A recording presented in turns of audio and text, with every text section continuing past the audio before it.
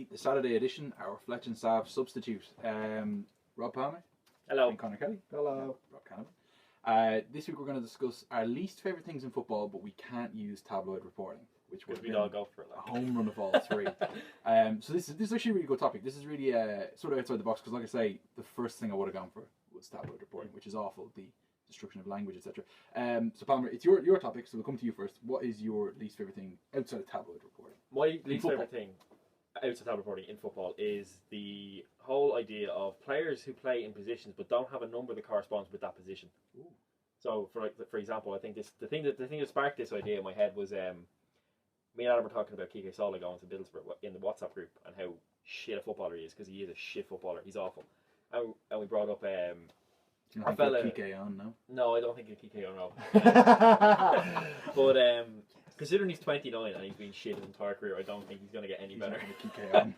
But yeah, no, the thing that sort of kickstarted this in my head was we were talking about that. Adam and I started talking about this fella called Takero. He used to play for Athletic Bilbao, and he was a striker. He played as a striker. He was not a striker, but his number was 2. But he always played up top, and that really bothers me. Same with Clinton Dempsey, who played as like a 10, and his number was 2. I'm not comfortable with that's why I brought that up. Yeah, but and then you've got like Scott Sinclair, who is first of all not a footballer, so he shouldn't be contracted to a football club. Be a good hair model.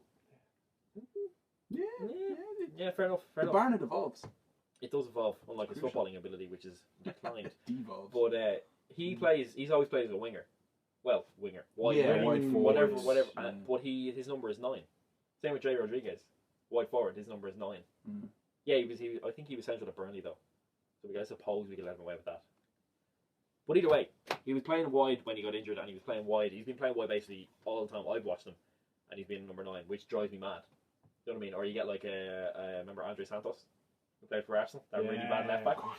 He was a left back, and he just exercised him from my memory. Yeah. He was the guy who swapped shirts with Van Persie at half time. Yeah, that was it. Yeah, Arsenal fans didn't like that. And he was the left back, and he played, and his number was 11. And then you've got Bakary Sagna, who's a right back who wears 3. Bothers the shit out of me, and I've no idea why. Just every time I see a player come on and he's got the wrong number, like I don't mind if it's like Xabi Alonso wears 14. That doesn't bother me. If it's like outside of the 11. It's fine. I don't know. Like it's a weird thing. Like my only problem with players and numbers is centre halves wearing forward numbers.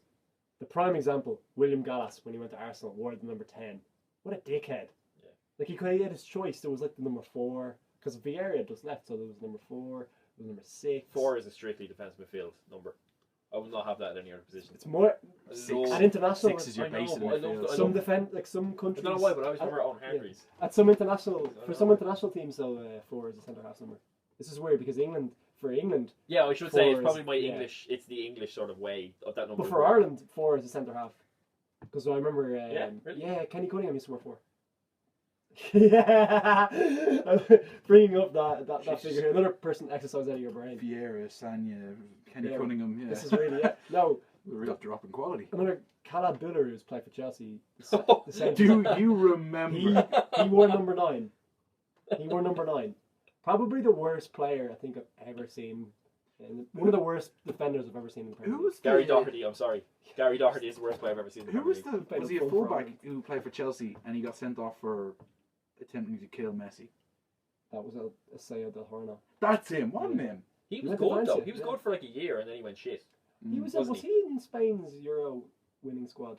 No. 2008. Yeah, he might have been, definitely not the later one, but he might have actually been 2008. Oh, that's depressing. The squad shows how far they've come as a nation. Yeah, and also obviously as a continent. But yeah, so is that your numbers rant? Yeah, pretty much. Like I mean, it is like. So when it's outside the 11, it doesn't bother you. Yeah, it doesn't bother when it's outside the 11. But if it's a winger wearing 9, or it's a fullback wearing 11, or it's a goalkeeper wearing fucking. Goalkeeper should wear 1. I don't know why Courtois wears 13. I know it's like because in Spain you can only pick 1, 13, or 25.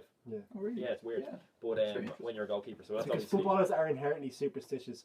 It's just ridiculous. Like they're all superstitious. They all they put on. Some players put on one sock before the other. Some players wear certain boots in certain games. Like certain managers will wear a tracksuit in an away game and a suit at home games purely for superstitious reasons. Bollocks. Another thing that bothers me is if you're an established member. I definitely do that. If you're an established member of the first team squad and you wear a number that's over 25, you can fuck off. There's not these people who come in and they wear like 90 or something. Yeah, El Shaarawy. yeah. He wears like what, Samuel like Eto'o's 88 or something. Yeah. Wear some mad number anyway. Drives me mad. Just wear a normal number. You absolute bonce. Sorry. Yeah. That's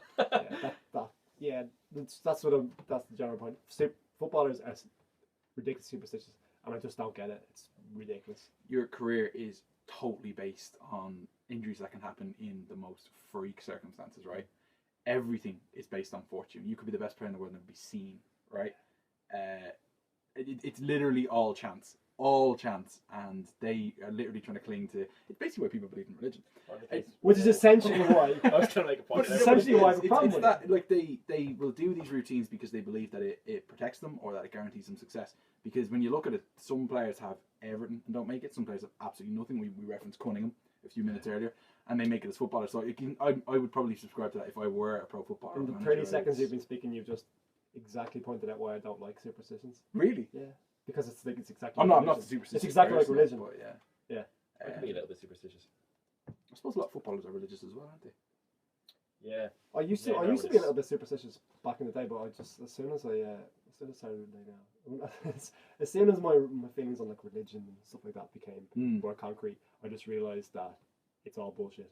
Yeah, it's definitely a bad way to base your life. I can just see because like literally It's you fear. could like have It's a your ankle fear dislocated mechanism. or your leg broken in like look at Jay It's- Rodriguez. Yeah. And that was a horrific injury. I'll never forget. I was sitting in the Holt End pub in Birmingham and I seen that and I just kind of oh Jesus, It was the kind of thing that when everybody you could hear the stadium Yeah. go silent when it happened. Like. So players will obviously want to protect themselves against that. But like I say, I just think the huge element of chance that goes into football. Like you always hear about some coaches see some guy at like 9, and they sign him, and that's the only real reason that he. No. I can see why they might. Like for my exams, like this could be either maybe superstition or being a mental one of your. But like I'd probably go on the latter more so.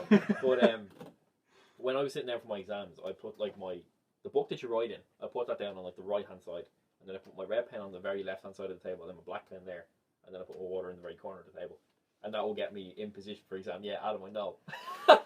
But It's like, that's structure though. Yeah. As well, you're a bit OCD. it's like that. aren't you? Yeah, Like, That's- I'm an that's- organisational that's- freak as well. That's different. I think that's a more OCD, which I'm pretty OCD as well. Like I like things in certain places. When I buy new pens for exams, I take the little barcode off every one of them, and then I put them across in order of colour as well. And I put the little barcodes and I put them on the side of the table every time. When I write notes, Every- yeah. when I write notes, I'd subscribe to that. when I write notes, I put headings in red and then Yeah. everything else in black. That's order more than superstition. I think I wouldn't Yeah. think, oh, grand, I've got this now. I can do the exam. That's just the way I work. It's I'm like a my real process. It's structured like, person. Connor, what's your thing? My thing is football supporters who basically who boo opponents or cheer their players just because of the club they support. So it's the irrational nature of like What do you mean? Yeah, like, Supporting a football club? no. When supporting a football club, when a moral conflict gets in the way of supporting a football club, and like the supporter involved, like for instance, the Suarez incident when Yeah. Suarez racially abused Patrice Evra, Yeah. and Liverpool fans still maintained that Evra was at fault, even though it was clearly obvious. Oh, okay. Like when a football fan Yeah. irrationally backs something just because it's their player. David Squire said this the other day in his piece where it said had a football fan saying Boko Haram will make us competitive in the yeah. This came to this popped up in my mind because of the weekend, right? Where Aaron Ramsey was playing for Arsenal at Stoke. Listen, no, actually, that's my biggest hate is when the Stoke fans fucking boo Aaron Ramsey for having the gall to have his leg broken by the fucking knacker that is Ryan Shawcross. He had the temerity. Stoke. I've only just figured this out now. Though Stoke fans genuinely believe that Aaron Ramsey broke his leg before Shawcross made contact in the tackle. Also, Ryan, if you're watching, I'll define what gall means afterwards. Yeah.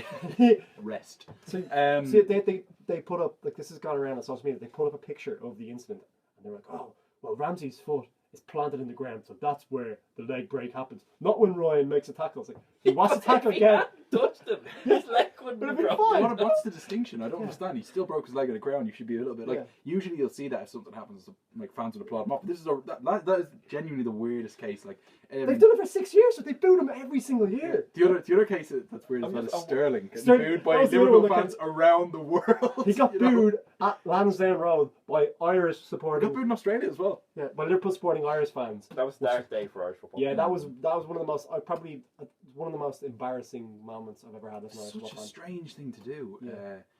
The moral conflict is just bias. It's Yeah. just tribalism at its worst. But I hate it. It really bothers me Yeah. because they're so coloured by their what the team they support and supporting that team that they can't see when something is morally right and wrong. Yeah.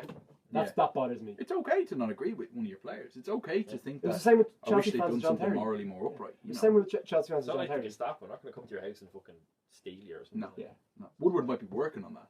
Yeah, you might be. Yeah. Well, I mean, we start by forcing you to buy third round FA Cup tickets. Next thing we're taking your family at night. yeah. Come And to Old that's Trafford. embryonic stem cell research. You know? That's the only You next have to step put you can take. his time to use now that he can't get Gareth Bale. And Well, Ronaldo. Yeah.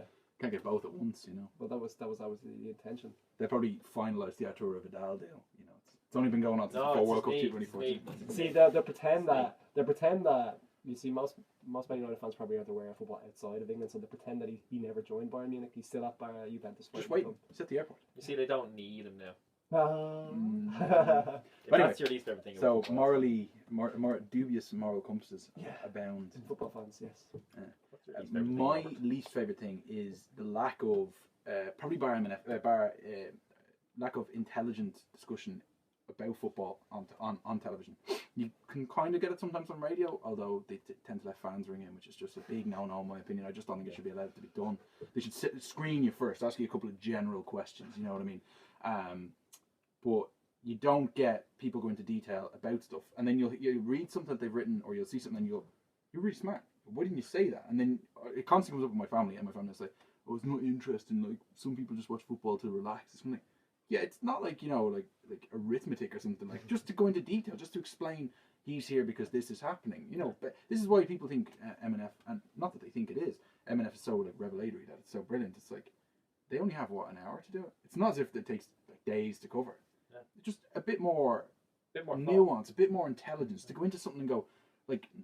Basically, not Alan Shearer talking over a clip of someone scoring a goal. Clearly, he's done something well, but let's talk about other clips where you see the movement happening. Let's talk about why he got into that position to score the goal. Let's talk about the play leading up to that. Let's use your experience as a footballer and put it to practice. Because footballers should... No, but you see, he doesn't know about football because he turned down True. He did turn down the greatest man social in life history of football. But yeah, that's the point, right? That's the point of a footballer. Ex-footballers, they... Coming into punditry, they have an automatic advantage. Not that there's many football pundits who aren't footballers or ex-footballers, but they should have, they should have theoretically they should have a starting point that, for instance, like journalists like the guys who were on the European Football Show on BT or Guillaume Balaguer and Graham Hunter on La Liga's coverage on Sky, that they don't have is they have a playing experience. They can relate to certain instances in games. Yeah, I think the issue is like you bring up there about having ex-players on. I think because the majority of ex-players, let's be honest, have left school by the time they're 14. Yeah. So they don't have the actual intelligence to articulate what they've experienced. Yeah. Do you know what I mean? Particularly for like polished modern television. Exactly. It's completely, exactly. Like I mean, the only way Alan Shearer knows how to describe a goal is that is what young footballers should do. Yeah. They should watch that and do what it is. He can't articulate what he has experienced through his playing career because no offense to him. Like, I'm not saying this as like a bit of abuse around, but genuinely just haven't got the genuine intellectuality. You can see some players work on it, like Jermaine Genius has worked on it. It's brilliant. He's actually really, really good. Kevin Cabana is another one who's worked at it. And you might hear those two and kind of go, oh, average-ish playing careers or whatever, but it's not about that because there are plenty of average footballers who can't talk about the game. Just look Steven at Gerrard, for example. Jason Roberts. Marcotti. Nice. Well done. I actually missed that. Gab Marcotti made this point regarding young British managers. And the reason why there isn't many great young British managers is because the British footballing system, like footballers are brought into academies so young and they don't have an education, whereas in foreign countries a lot of the kids do get education. So when it comes to articulating what their ideas on football, they have an educational background as well. So they're not just footballers; they do have other strings to their bow. It's back up that point. Just back up that point about like foreign footballers having an education and stuff. Watford's new signing from Malaga, Amrabat. He's a degree in law and economics. Yeah, like that's. Marcotti said he was talking about Neville. He said Neville is clearly one of the more intellectually intelligent guys in English football, but even he still doesn't have an educational background past his GCSEs. Yeah. So Marcotti's idea is that these guys should be sent, even if it's just for a year, just do a course when they finish their playing career. Just completely unrelated to football. Just do a course. My overall point, like it's a little bit skewed with the exploiting. That's not really where I was going, although it ties into it. It's actually more the content. The angle that they're coming at you with is always lowest common denominator. Yeah. They use Football Manager stats on Sky Sports, for example, for new signings. Don't get me wrong, they work damn hard on those databases. That's really, really impressive. It's more, there just seems an unwillingness to talk in detail about what's going on. They really just want to go to, you know, like it's sort of like extended pub talk or talking about football with your parents. Like, you go, Vardy's doing really well, isn't he?